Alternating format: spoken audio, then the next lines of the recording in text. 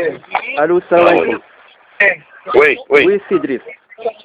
نعم سيدي. معك موقع رياضتي بويما. الله يخليك، بغينا نسولوك على واحد القضيه ديال اللي انتشرت الان، كتقول ان الوداد قدم اعتراض في حق اللاعب متولي. طبيعة الحال. عنده يعني يمكن كتاكد لنا ان اللاعب متولي عنده 4 ديال الانذارات. في دو ماتش.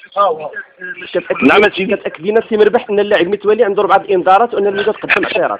حسب المباريات، التسجيل ديال المباراة. يعني حسب التسجيل عنده انذار في مباراة الرجاء والوداد في الديربي ديال لالي، وفي مباراة الكوكب المراكشي والمغرب الفاسي وشباب الريف الحسيمي هو اخر انذار عنده.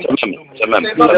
شنو يمكن تقول لنا على هذه المسألة، يعني القانون واش الوداد؟ نقول لك الاعتراض، درنا اعتراض، خصنا ندليو بالحجاج ديالنا والوثائق ونخليو اللجنة المختصة تاخذ القرار اللي هو صحيح.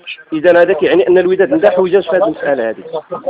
اليوم بطبيعة الحال ما دامت ان الجامعة حكمت للتطوان عبر لا فيديو، خصها تحكم لنا حنا عبر لا فيديو. يعني الوداد غيستعمل بالاشرطه ديال المباريات بغض النظر. الوداد غيستعمل بالاشرطه ديال المباريات بغض النظر اذا كان متولي. ولكن السي مربح في حاله اذا كان لو كارطون جون ما تسجلش في الوقت ديال المباراه في هذه الحاله وتصنت لي. نعم. ما تسجل شيء. واش تصلحوا الاغلاط عبر لا فيديو؟ صافي. يعني السي مربح غناخذوا لو كا ديال التطواني. لا غير انت واش مقتنع بانه عبر لا فيديو؟ يعني ما تشوفوش لا فيديو، ما شافوا لا فيديو ديال شي وقالوا بان هذا اللعب مظلوم.